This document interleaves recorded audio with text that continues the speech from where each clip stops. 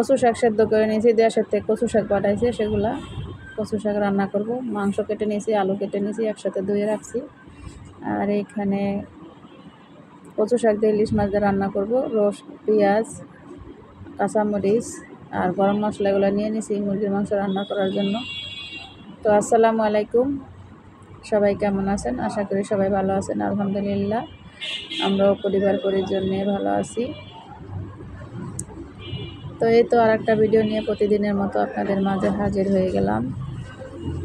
তো কি রান্না করি তো দেখতে থাকেন, পুরো ভিডিওটা দেখবেন, প্লিজ স্কিপ করে দেখবেন না। তো এই তো আমি ওই পাশের কড়াইতে আমি পাতিলে তেল আর পেঁয়াজ দিয়ে দিলাম। আর এই পাশে দেখেন আমি কড়াইতে যেহেতু দুই চুলা, তো এখানে আমি পেঁয়াজ, কাঁচামরিচ, তেল আর ইলিশ মাছ এটা দিয়া তবে ভালো করে ভাজা নেব। তারপরে এখানে কচু শাকটা দিয়ে দেবো। আর এইখানে আমার এই যে পেঁয়াজটা দেখেন ভাজা হয়ে গেছে। এখন আমি এই যে 1.5 টেবিল চামচ পরিমাণ আদা বাটা আর রসুন বাটা, 1.5 টেবিল চামচ পরিমাণ আদা বাটা দিয়ে এটা ভালো করে কষাই নেব। কাঁচা গন্ধটা চলে যাওয়ার পরে তারপরে এখানে আমি হলুদ মরিচের গুঁড়ো অ্যাড করব। তো এই তো দেখেন এটা হয়ে গেছে। এখন আমি যে লবণ দিয়ে দিলাম,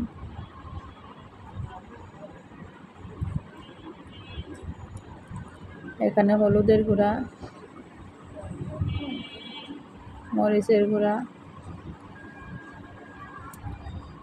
জিরার গুঁড়া, ধনিয়ার গুঁড়া দিয়ে তারপরে একটু পানি দিয়ে তারপরে এটা ভালো করে কষাই নেব। আমি আমার মাংসের পরিমাণ অনুযায়ী আমি দিয়ে নিলাম, আপনারা আপনাদের পরিমাণ অনুযায়ী দিয়ে নেবেন। তো এটা কষানো হয়ে যাক।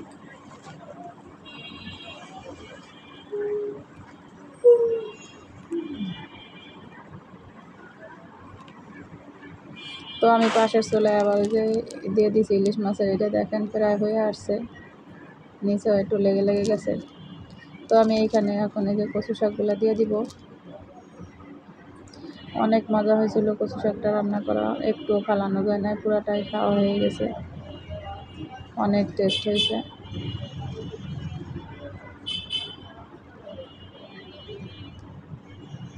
তো যারা আমার এই ভিডিওটা দেখছেন, প্লিজ ভিডিওটা টানবেন না, স্কিপ করে দেখবেন না, পুরো ভিডিওটা দেখবেন।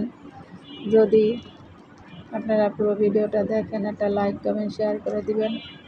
আর অতি অবশ্যই চ্যানেলটা সাবস্ক্রাইব করে দিবেন, দিয়ে অল বাটন আছে সেটা ক্লিক করে দিবেন, যে সবার যে ভিডিও ছাড়ার সাথে সাথে নোটিফিকেশান পৌঁছে যাবে, আপনার সময় সুযোগ বুঝে ভিডিওটা দেখে নিতে পারবেন। তো অনেক আপুরা আগে ভিডিও দেখতো, এখন আসলে কী হয়েছে জানি না, কমেন্ট করে না। আগে কমেন্ট করতে কিছু আপু, এখন করে না। আর আমার বাসায় অসুস্থ রোগী মানে মেহমান, আমি অনেক দৌড়ঝাঁপের মধ্যে আছি। এদিকে মেয়েদের পরীক্ষা কেউ শুরু হয়েছে, কেউ হয় নাই। তো এই যে স্কুল, কোচিং সব কিছু মিলে বাসায় কিছু কাজ আছে, আমি আবার টেলারিং কাজ করি। তো সব মিলে আমি একটু অনেক দৌড়াদৌড়িতে আছি, অনেক আপুদের ভিডিও দেখতে পারি না সময় মতো, প্লিজ কেউ কিছু মনে করবেন না। তো সময় পাই, সুযোগ পাই, যাদের ভিডিও সামনে থাকে তাদেরটা দেখে নেই। আর আমার ভিডিও হয়তো আমার প্রিয় কয়েকজন আপুরা তারা দেখেন না মনে হয়, যেহেতু লাইক কমেন্ট করেন না, শেয়ারও করেন না, মানে তাই বললাম আর কি, কেউ কিছু মনে করবেন না। যাই হোক, এই তো বলতে তরকারিটা এখানে হয়ে গেছে, মানে জল দিয়ে দিয়েছিলাম। আর এখানে দেখেন তো গরম মশলা গুঁড়া দিয়ে দিতেছি।